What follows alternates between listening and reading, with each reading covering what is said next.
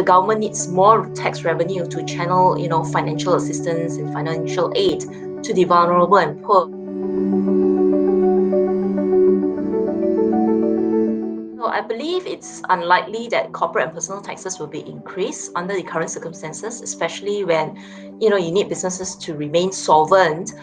You need to preserve employment and also to encourage or stimulate spending as well, in order to grow the economy. Certainly, the government needs more tax revenue to channel, financial assistance and financial aid to the vulnerable and poor, and also to support businesses like these SMEs as well as entrepreneurs. So they need to look at how they can broaden the tax base, like how they introduce digital service tax. So all these measures are actually directed towards easing their financial burden, so that they can actually maintain and regulate their cash flow, especially when they have serious cash flow problems and they need emergency funds, right, to tide them over during this difficult period.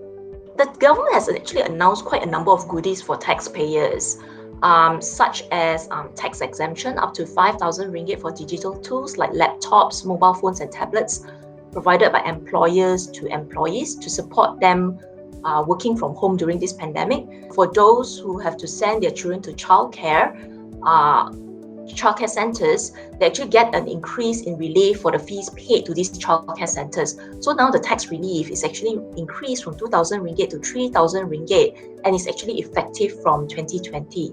While this is seen as largely a move to relieve the economic burden of the Rakyat, right? But at the same time, these measures actually help to stimulate economic growth at the same time.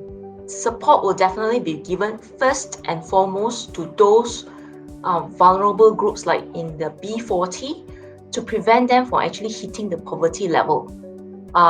Developing the gig economy is also important because this is a segment that's growing rapidly in Malaysia.